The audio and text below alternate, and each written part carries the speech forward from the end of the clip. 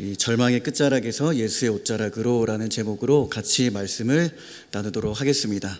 우리 같이 좀 인사했으면 좋겠습니다. 우리들은 그리스도의 향기입니다. 우리는 그리스도의 편지입니다. 네, 향기라고 해서 정말 냄새를 맡아보시는 일은 없으시길 바라고요. 우리의 삶이 정말 하나님을 드러내고 전할 수 있는 그리스도의 향기 또 편지가 되기를 주님의 이름으로 축복합니다. 설교와 관련이 있는지 모르겠지만 종종 마트를 가면 어린 자녀를 둔 부모와 자녀가 실갱이를 벌이는 모습을 보게 됩니다. 아마 자녀를 둔 부모님들께서는 한 번쯤은 겪어보셨고 또 많이 겪어보셨거나 여전히 그렇게 갈등 가운데 심각하게 이렇게 갈등이 있는 그런 경우들을 경험하는 분들이 있을 겁니다. 마트에 가면요, 자녀들이 본인이 먹고 싶은 음식이나 딱 꽂히는 장난감이 있으면 보통 그냥 지나치던가요? 그냥 지나치면 이제 저와 같이 이상한 사람이고 보통은 지나치지 않습니다. 뭐라고 하죠? 막 엄청 때를 쓰면서 이거 사달라고 발버둥 치면서 안 되면 자리에 들어 누워서 자기의 옷으로 방바닥을 다 쓸어 닦아 버립니다. 별로 경험 안 해보셨나 봐요. 저는 아무튼 뭐 그런 경험들을 하거나 이제 보게 되는데요. 참 보통 성격이 아니죠. 누구의 이 유전자를 물려받았는지 고집이 세도 보통 그런 고집을 볼 수가 없습니다. 본인이 원하는 것을 꼭 가져야 자리를 뜨는 직성이 풀리는 그런 아이들이 있습니다. 꼭 매를 벌지 않아도 되는 그런 상황에서 맘스터치와 같은 불상사가 일어나게 되는, 무슨 얘기인지 알아들으셨죠? 예, 알아들으셨으리라고 믿고 모르셔도 천국 가는 데는 큰 지장은 없습니다. 모르시면 그냥 모르시는 대로 넘어가면 될 것 같습니다. 아무튼 그렇게 꼭 매를 벌지 않아도 되는 상황에서 매를 벌고 어머니의 따스한, 그렇죠? 따스한 손찌검을 경험받아야 이렇게 멈추는 그런 자녀들의 모습을 볼 수가 있습니다. 이런데도 무슨 얘기인지 모르시면 진짜 그냥 넘어가시면 되겠습니다. 그럼에도 끝까지 엄마의 옷가락을 붙잡고 끝까지 자기가 원하는 것을 쟁취하는 그런 아이들의 모습을 볼 수가 있는데요. 가끔씩 구경을 해요. 여러분, 구경 중에서도 제일 재미있는 구경이 무슨 구경인 줄 아세요? 싸움 구경, 그렇죠? 저는 별로 안 좋아하지만 우리 성도님들은 좋아하시는 걸로. 참 그렇게 그 아이들의 모습을 보면 엄마의 옷가락을 붙잡고 이거 안 사주면 나 여기서 안 나갈 거야, 막 죽을 거야, 막 이러면서 때를 쓰는 그런 아이들의 모습을 보면서 저 아이는 뭘 해도 되겠다, 쟤는 뭘 해도 성공하겠다라는 그런 마음을 갖기도 합니다. 여러분, 그런 자녀를 두셨다면 실망하거나 낙담하거나 화내지 마십시오. 우리 애들은 커서 뭐가 돼도 될 놈은 아니고 자녀다, 이렇게 생각하시면 될 것 같습니다. 여러분, 한편으로는 아이의 마음이 이해가 되기도 하죠. 그것이 얼마나 갖고 싶었고 절박했으면 어머니의 그 옷가락을 붙잡으면서까지 자기가 원하는 것들을 가지려고 했겠습니까? 근데 사실 잘 알잖아요, 그렇죠? 그것을 사줬지만 그 효력이라고 할까요? 그게 별로 가지 않는 그런 상황들을 우리들은 늘 그렇게 반복해서 경험하기도 하죠. 여러분, 오늘 본문에 나온 한 여인을 보면 자신의 절박한 그러한 상황 가운데 예수의 옷자락을 붙잡을 수밖에 없었던 한 여인을 소개하고 있습니다. 이 이야기는 마태와 누가복음에서도 나오는데 오늘 본문 마가복음에서 이 내용을 조금 더 비교적 자세하게 다루고 있습니다. 마태와 누가는 조금 그 분량이 작다면 오늘 읽은 마가복음은 이 여인에 대한 이야기를 조금 더 길게 설명을 하고 있습니다. 굉장히 중요한 얘기를 해주고 있습니다. 무엇이냐면 믿음에 관한 이야기를 해주는데 과연 예수 그리스도를 어떻게 바라보고 있느냐에 대한 얘기를 해주고 있습니다. 오늘 우리가 5장을 읽었습니다. 5장 앞에 보면 4장에 이런 내용들이 기록되어져 있습니다. 35절과 41절까지를 보면 예수님과 함께 지내고 있던 제자들에 관한 내용들을 보여주고 있습니다. 예수님께서 말씀을 가르치신 후에 저녁이 되자 배를 타고 건너편으로 제자들과 함께 건너가게 되는데 광풍, 큰 파도를 만나게 되죠. 거센 물결의 파도가 배와 충돌합니다. 그리고 그 물이 배에까지 침수하기 시작합니다. 제자들이요, 자신들이 따르던 예수님의 모습을 보고 있습니다. 그런데 예수님의 모습이 정말 당황스러울 수밖에 없었습니다. 왜 그랬습니까? 그러한 파도가 치는 그 배 안에서 베개를 자고 잠을 청하고 있었기 때문이죠.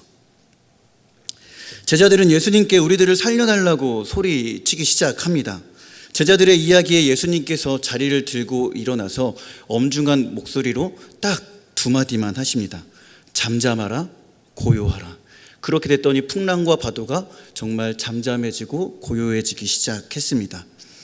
이 기적을 일으키고 예수님은 제자들에게 이렇게 얘기하십니다. 우리 마가복음 4장 40절의 말씀인데요, 같이 한번 읽어보겠습니다. 시작. 이에 제자들에게 이르시되 어찌하여 이렇게 무서워하느냐, 너희가 어찌 믿음이 없느냐 하시니. 네, 꾸지람을 받은 제자들은 지금 예수님의 마음을 아직도 정확하게 이해하지 못했습니다. 제자들이요, 예수님과 이미 오랜 시간을 함께 지낸 그런 상황입니다. 예수님은 제자들을 향한 기대치가 있었지만 제자들은 그 기대에 도달하지 못했죠. 여전히 예수님이 누군지에 대한 정확한 이해도가 없었습니다. 이것은 이 제자들이 예수님과 함께 했지만 여전히 그들이 예수님에 대한 믿음이 현저히 부족했다라는 것을 보여주는 사건이었습니다. 여러분, 그렇다면 오늘 본문에 등장하는 이 여인에 대한 모습은 어땠을까요? 제자들의 이런 모습을 잘 기억해 보시고 여인을 한번 보시기 바랍니다. 본문에 소개되어 있는 이 여인, 12년 동안 혈루증을 앓았던 여인이었습니다. 몸과 영혼, 마음에 크나큰 고통의 짐을 12년 동안 그렇게 짊어지고 살았던 여인이었습니다. 12년 동안 이러한 고통 가운데 있는 여인의 몸과 마음, 고통이 상상이나 되십니까? 12년이라는 기간 동안 이 여인이 할 수 있는 모든 것들은 다 해보았습니다. 자신의 병을 고칠 수 있다면 자기가 할 수 있는 모든 방법들을 총동원해서 자신의 병을 해결하려고 했습니다. 여러분, 26절을 한번 보십시오. 이 여인이 많은 의사에게 찾아갔습니다. 그런데 돌아오는 것은 무엇뿐이었습니까? 많은 의사를 찾아갔다 돌아온 것은 많은 괴로움뿐이었습니다.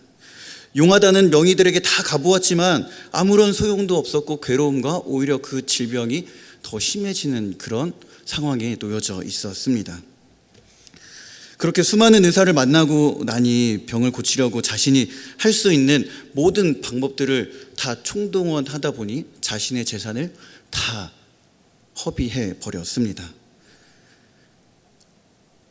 빈털터리 신세가 되었죠. 이 여인이 얻은 것이 있다면 절망과 실패감 뿐이었을 것입니다. 여러분, 12년이라는 기간을 잘 생각해 보시기 바랍니다. 제 조카가 딱 이제 12살 초등학교 5학년이거든요. 이쁠까요? 미울까요? 이뻐요. 일단 이쁘다고 해야 됩니다. 초등학교 5학년인데 저희 집에 이제 조카가 갓난아이 때 가족들과 같이 찍었던 사진이 있어요. 그리고 지금 12년이 지난 12살 5학년의 그 조카의 모습을 보고 있으면 제 삼촌으로서의 제 모습이 기쁘기만 할까요? 늘 기쁩니다. 예, 늘 기뻐요. 요새 좀 크셨다고 이제 저한테 막 삼촌 그거는 그렇게 하면 안 돼요 막 이러면서, 또 목사잖아요. 막 목사님한테 훈계하고 잘못된 거 있으면 가르치고 이렇게 하면 안 돼요 하면서 이제 축구도 하고 뭐 어디 놀러도 가고 말이 통하는 그런 아이로 성장을 했습니다. 여러분, 12년이라는 기간이 생각해보면 그렇게 짧은 기간이 아니라 굉장히 기나긴 시간이라는 것들을 우리가 잘 알 수 있습니다. 10년이면 무엇도 변합니까? 강산도 변하잖아요. 근데 12년이면 그 기간이 얼마나 길었겠습니까? 물론 이 여인이 육체적인 고통도 있었겠지만 그녀를 더 힘들게 했던 것은 율법으로 규정된, 율법으로 비춰진 자신의 모습이 부정한 자였기 때문이에요.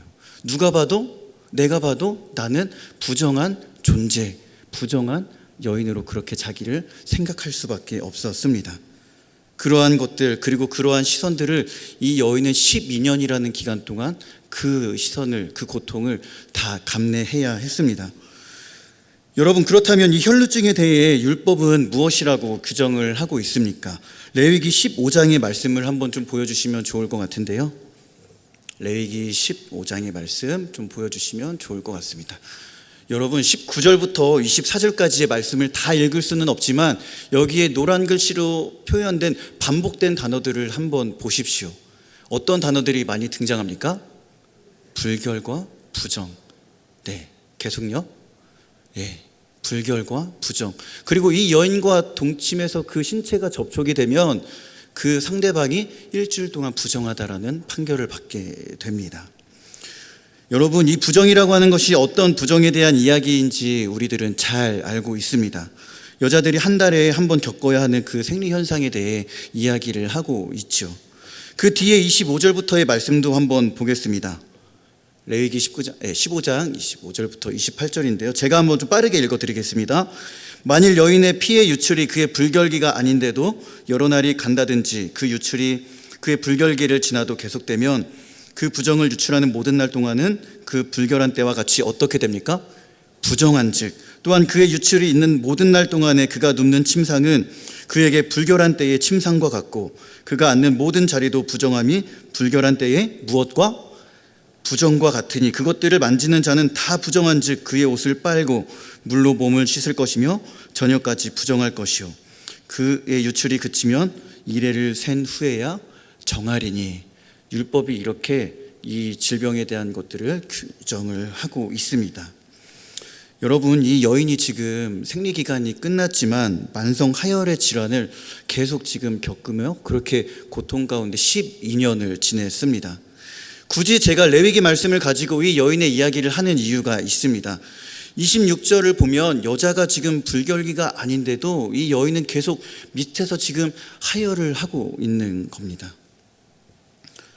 그런 날 동안에 눕는 자리, 앉는 자리, 만나는 사람, 접촉하는 자, 만지는 모든 것들은 다 어떻게 됩니까? 부정하게 되는 거예요. 자신의 집에서도 몸이나 제대로 움직였겠습니까? 아니면 그 여인이 밖에나 제대로 자유롭게 나갈 수 있었겠습니까? 만지는 것마다, 먹는 것마다, 입는 것마다 자신으로 인해 다 부정해지는데 그 정신적인 고통이 나로 인해 주변의 모든 것들이 부정해진다는 그 사실이 그녀를 얼마나 극심하게 힘들게 했겠습니까? 본인이 걸리고 싶어서 걸린 그러한 병이 아님에도 불구하고 그로 인한 좌계감, 절망감이 얼마나 컸겠습니까? 말 그대로 그녀의 존재는 부정한 존재, 부정함 자체였습니다. 그렇게 부정해지니 입는 옷도 계속 빨아야 했습니다. 몸도 계속 물로 깨끗하게 씻어야 했습니다. 자신이 앉는 의자, 침대 모든 것들을 계속 자신의 그 초라한 모습을 보며 닦고 또 닦고 계속 닦는 하루하루의 삶을 살아야 했습니다. 여러분, 이러한 절망이 그녀의 입장에서 생각해 보면 그 절망이 보통 절망이었겠습니까? 우리가 상상할 수 없는 큰 절망 가운데 지금 이 여인이 놓여져 있지 않았겠습니까? 율법을 잣대로 보면 그녀는 그냥 말 그대로 부정한 여인이었습니다. 사람들에게도 그렇게 아마 낙인이 되었을 것입니다. 12년의 기간이니 동네 꼬마들까지도 다 알지 않았겠습니까? 부모님들이 저 여인은 부정하니 절대 근처에도 가면 안 돼, 혹시라도 스치면 안 되니 떨어져 있어야 돼, 이러면서 그 여인에 대한 경계심을 늘 자녀들에게 동네 주민들이 경계하지 않았겠습니까? 육신의 병도 감당하기 힘든데 정신적인 고통까지 감내해야 했던 그녀의 삶은 정말 이루 말할 수 없는 고통 가운데 고통이었습니다. 여러분, 우리가 2020년 초반의 일을 아직도 생생하게 잘 기억하고 있습니다. 코로나 확진자가 국내에 발생하고 확진자가 많이 발생하지 않았을 때에 우리의 시선과 반응이 어땠습니까? 마치 죽을 죄라도 진 것처럼 매스컴에서는 1호 확진자, 2호 확진자라고 하면서 그 동선들을 다 추적하고 다 공개하지 않았습니까? 그 매스컴에 나오는 그 사람들, 그 본인의 입장에서는 그 일들이 얼마나 두렵고 힘들고 고통이었겠습니까? 지금이야 사실 많은 사람들이 코로나를 거의 다 이제 대부분 한 번씩 거쳐갔기 때문에 지금은 대수롭지 않은 것이 되었지만, 사실 지금 생각하면 좀 억울한 부분들이 있죠. 그때는 정말 그렇게 경계하고 했던 것들이 지금에 와서야 이제 참 이렇게까지 할 필요가 있었나? 저도 이제 올해 한 7월쯤에 이제 그 여름 수련회 전에 이제 걸렸었거든요. 그것도 이게 서러운데, 예전에는 줬잖아요. 지원금이라도 좀 주고, 이렇게 물품도 좀 이렇게 배달해 주면서 막 문만 열면 이렇게 먹을 것 이렇게 해가지고, 물론 이제 보고해야 되고 이런 것들이 있었지만, 지금 생각해서 지금 걸린 입장에서 보면 너무 억울한 거예요. 물론 그때 걸렸으면 안 됐겠지만 아무튼 그런 생각들이 들어요. 근데 그런 고통을 여러분 짐작이나 가십니까? 다시 한번 이 여인의 입장을 한번 생각해 보십시오. 그 여인의 고통이 정말 얼마나 심각했겠습니까? 코로나 질병 하나에도 우리가 이렇게 예민하고 민감하고 모든 일들이 다 스탑이 되는데, 지금 이 여인 자신의 삶을 절대 정상적으로 살아갈 수 없었습니다. 여인의 삶을 한마디로 정의한다면 절망의 끝자락에 있는 삶이었습니다. 그런 절망의 끝자락에 서 있던 그녀의 삶, 자신의 절망적인 모습에서 한 소문을 듣게 되는데, 예수의 소문을 듣게 됩니다. 소문으로만 들은 그분, 그러나 그분이라면 내 병을 고쳐줄 수 있지 않을까, 나의 절망적인 삶을 구원해 주시지 않을까라고 하는 이상한 기대감과 어떤 바람이 그녀를 움직이게 합니다. 신분을 감춘 채 몸을 꽁꽁 싸매고 예수님이 걸어가시는 그 길을 무리 가운데 겨우 비집고 무리 가운데 들어가 예수님을 보게 됩니다. 그녀에게 아마 어쩌면 이번이 내 질병을 고치고 절망을 딱 끊어내 버릴 수 있을 것이라는 그 마지막 희망이 그녀에게 있지 않았겠습니까? 그렇게 자신의 병을 고칠 수 있는 분이 지나간다면, 그분을 잠깐이라도 보고 옷자락이라도 잠깐이라도 만질 수 있다면 내 삶은 잘하면 바뀔 수도 있겠다라고 하는 그 희망이 그녀에게 있지 않았겠습니까? 성경은 이러한 여인의 행동과 그 안에 있는 마음을 믿음이라고 정의하고 있습니다. 그런 그녀가 절망과 실패, 좌절이 가득 묻은 손으로 예수님의 옷에 손을 대기 시작합니다. 우리 27절과 29절까지인데요.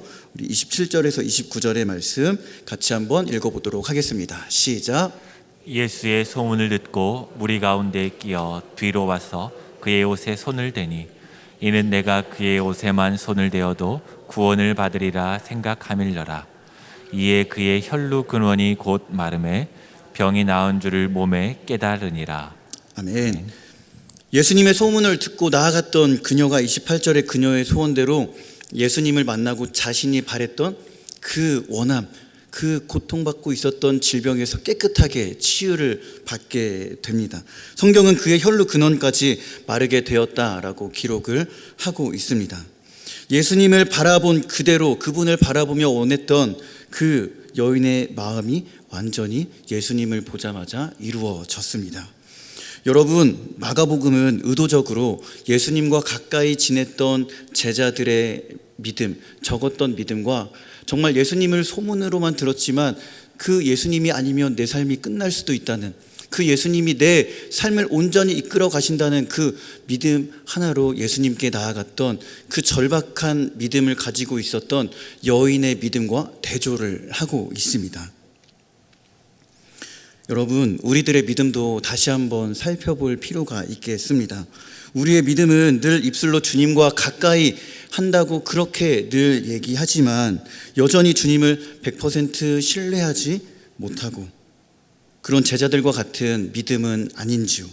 아니면 여인과 같이 절망과 고통 가운데 있지만 그분을 여전히 나의 구원자로, 나의 삶을 인도하시는 내 삶의 인도자로 100% 확신하며 그분을 온전히 신뢰하는 믿음입니까? 비록 예수님을 잘 알지 못하고 내 삶이 절망 가운데 있을지라도 그분을 확신하고 신뢰함으로 나아간다면 성경은 여인을 통해 얘기한 것처럼 그것을 믿음이라고 정의를 합니다. 그러나 예수님을 많이 알고 들었지만 예수님 뜻대로 살지 못하고 그분을 온전히 신뢰하지 못한다면 그것은 온전한 믿음이 아님을 또한 우리들은 알아야 합니다. 오늘도 예수님을 100% 신뢰하며 예수님의 뜻대로 살아가는 우리들의 삶이 되시길 주님의 이름으로 간절히 축복합니다. 여러분, 모두가 다 불결하게 부정하게 여겼던 그 손을 한번 생각해 보십시오. 늘 하열의 고통과 그것을 닦아내야만 했던 그 절망의 손을 다시 한번 생각해 보십시오. 그 여인이 그 절망이 가득 묻은 손으로 예수의 옷자락을 잡았습니다. 그 시선과 신뢰가 절망의 끝자락에서 예수의 옷자락으로 나가 예수님을 온전히 경험하게 했습니다. 예수님의 옷자락을 만지자마자 병의 근원이 마르고 그는 구원의 은혜를 경험하게 되었습니다. 절망의 끝자락에서 죽음과 고통의 옷을 벗어 던지고 이제는 예수의 옷자락으로 인해 새 삶과 새 생명을 얻은 그 구원의 옷을 그녀는 입게 된 것입니다. 예수님은 그렇게 절망만이 가득하게 진하게 묻은 그 손을 어루만져 주셨습니다. 여전히 절망의 끝자락에서 내 삶을 놓으려 하고 희망이 보이지 않는 내 삶이 지속되어 살 소망을 잃어버리신 분들이 계십니까? 내 손에서 희망보다는 절망밖에 보이지 않으십니까? 그렇다면 다시 한번 그 절망 가득히 묻은 손을 예수의 옷자락을 붙잡기 바랍니다. 그렇게 내미는 손 가운데 주님은 그냥 지나치지 않으시고 우리의 손을 끝까지 붙잡아 주셔서 우리들을 소망 가운데 인도하실 겁니다. 여러분, 예수님의 옷자락을 만진다는 것은 단순히 그 옷만을 붙잡았다라고 하는 것으로 끝나지 않습니다. 예수님의 질문 가운데 30절과 31절을 보면 그 옷을 만진 의미를 조금 더 깊이 알 수가 있습니다. 우리 30절과 31절의 말씀인데요, 우리 노란 글씨만 한번 읽어보도록 하겠습니다. 시작. 누가 내 옷에 손을 대었느냐? 누가 내게 손을 대었느냐? 우리 다시 한 번만 읽어볼까요? 시작. 누가 내 옷에 손을 대었느냐? 누가 내게 손을 대었느냐? 여러분, 이 예수님의 질문 가운데 뭔가 조금 달라진 것을 느끼셨습니까? 예수님이 처음에 어떻게 질문하십니까? 누가 내 옷에 손을 대었느냐?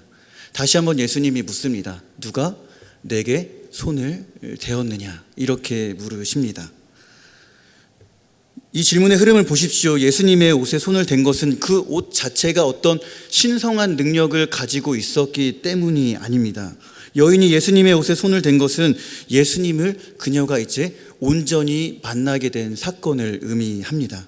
살 소망이 없던 그녀가 작은 믿음의 손으로 예수님의 옷자락에 손을 댄 것은 그녀가 예수님과 온전한 접촉을 통해 그녀의 삶이 온전히 뒤바뀌었음을 얘기하는 아주 결정적인 사건, 그 시점을 지금 성경은 이야기하고 있는 것입니다.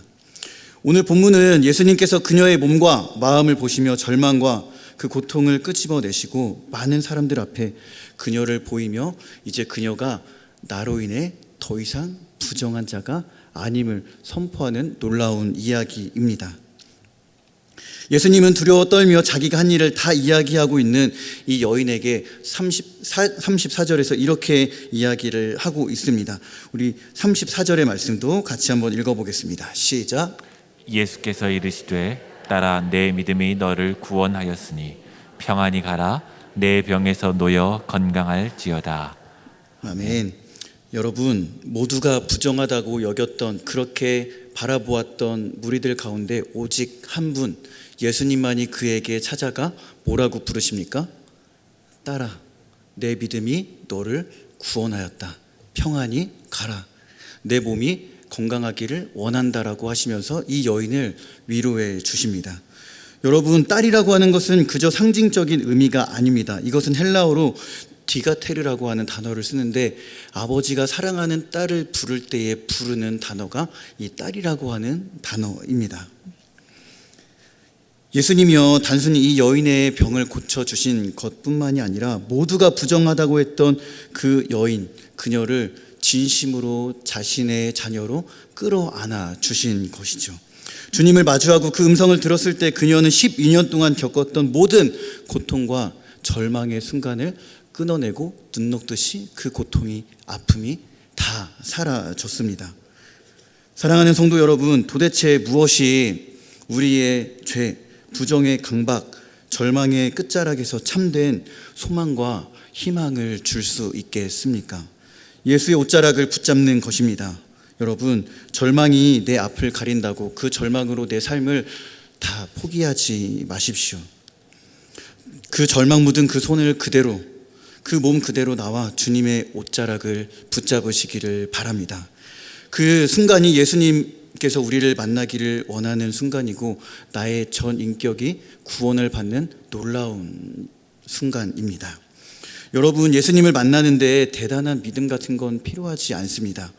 아주 작은 믿음이어도 나의 삶을 인도하시는 그 주님, 그분이 내 모든 것을 아시고 치유하시고 회복시킬 것이라는 간절한 마음만 있다면 우리들은 그 놀라운 은혜들을 여인이 경험했던 것처럼 경험할 수가 있습니다. 한 목사님이 그런 말씀을 하셨습니다. 절망이라고 하는 것은 소망의 동의어다라는 얘기를 하셨습니다. 절망은 낙심에 빠지기 위한 것이 아니라 소망으로 인도하고자 하는 그 주님의 간절한 마음이 담겨져 있다는 것을 우리들은 깨달아야 합니다. 여러분, 할 수만 있다면 예수의 소문을 널리 퍼뜨렸으면 좋겠습니다. 이 여인이 그렇게 될 수 있었던 결정적인 순간 중에 하나는 예수의 소문을 들었기 때문입니다. 우리 주변을 한번 잘 살펴보십시오. 나의 삶도 힘들지만 나의 삶이 힘든 것 이상으로 내 주변에 절망으로 사로잡힌 수많은 주의 자녀들이 있습니다. 그들에게 필요한 것은 돈 몇 푼, 뭔가 도와줄 수 있는 그런 조그마한 것이 아니라 그 삶을 온전히 희망으로 이끌어 나갈 수 있는 예수가 필요한 것입니다. 그렇기 때문에 우리들은 늘 변함없이 예수의 소문을 전해야 합니다. 여러분, 우리가 10월 22일 토요일 날 어떤 행사를 하는지 아십니까? 네, 월드비전과 하는 그 6K 이제 6km 걷기 운동을 아마 운정 호수공원에서 하게 될 겁니다. 그 행사를 이렇게 좀 생각해 보면서 참 많은 좀 생각이 들었습니다. 일단 속으로 이 2,000명을 어떻게 채우지? 우리 위 목사님께서 이제 2,000명 합시다 이제 이렇게 하셔가지고 그 상상을 해보는데 너무 참 소름이 돋는 거예요. 여러분, 2,000명이 되겠죠? 아무튼 꼭 그렇게 되었으면 좋겠습니다. 근데 여러분, 이 행사가 단순히 그냥 돈 2만 원 내고 그냥 몇 걸음 걷는 것으로 끝나는 것이 아니라 우리의 이 착한 행실, 믿음의 행동이 반대편 아프리카에 있는 그 귀한 영혼들에게 정말 예수의 좋은 소문으로 다가갔으면 좋겠습니다. 그 소문을 듣고 절망 가운데 빠져있는 그들이 다시 한번 예수님을 만나고 절망에서 그 삶이 희망으로 옮겨지는 그 놀라운 사건이 되었으면 좋겠습니다. 많이 참여하세요. 저도 지난 주일에 다 쓰고 이제 입금만 하면 되거든요. 입금 꼭 하시고 참여하셨으면 좋겠습니다. 말씀을 맺도록 하겠습니다. 사랑하는 성도 여러분, 어떤 절망과 실패감에 빠져 허우적거리고 빠져나오지 못하는 그 삶 가운데 있으십니까? 코로나로 인해 무너진 나의 삶, 극심한 질병과 가정의 문제, 사업과 직장, 학업, 진로의 문제 가운데 절망의 끝자락에 있지는 않으십니까? 여러분, 다시 한번 말씀 가운데 예수를 들으십시오. 여러분, 꼭 예수를 들으십시오. 그리고 예수님께 나아가 내 모습 있는 그대로를 다 드러내 보이십시오. 오늘 이 본문의 이야기가 한 여인의 이야기로 끝나는 것이 아니라 매 순간을 절망을 경험하는 우리들의 삶 가운데 임하는 하나님의 놀라운 회복의 역사가 일어나기를 주님의 이름으로 간절히 축복합니다. 절망의 끝자락에서 나를 향해 내미시는 그 예수의 옷자락을 붙잡고 절망의 삶이 예수님께서 주시는 참된 희망과 소망의 삶이 되시길 주님의 이름으로 간절히 축복합니다. 기도하겠습니다. 사랑의 주님, 감사합니다. 12년 동안 참 한 질병으로 인해 고통받고 있었던 여인의 이야기를 보았습니다. 그러나 그 절망의 끝자락에서 예수의 옷자락을 붙잡을 때 그녀의 절망적인 삶이 참된 구원과 새 생명을 얻었던 것처럼 우리 성도들의 삶 가운데도 혹여나 절망 가운데 허우적거려 삶을 포기하고 싶은 그런 성도들이 있다면 다시 한번 그 절망 가득 묻은 손을 붙잡아 주시고 예수께 나와 예수의 옷자락을 붙잡고 다시 한번 예수님께서 인도하시는 참된 소망과 희망의 길을 삶을 얻을 수 있도록 주님 인도하여 주시옵소서. 오늘 하루도 그렇게 우리들의 삶이 예수님의 옷자락을 붙잡고 예수님으로 인해 참된 기쁨과 소망을 누리는 귀한 삶이 될 수 있도록 성령 하나님 도우시고 인도하여 주옵소서. 감사드리며 예수 그리스도의 이름으로 기도하옵나이다.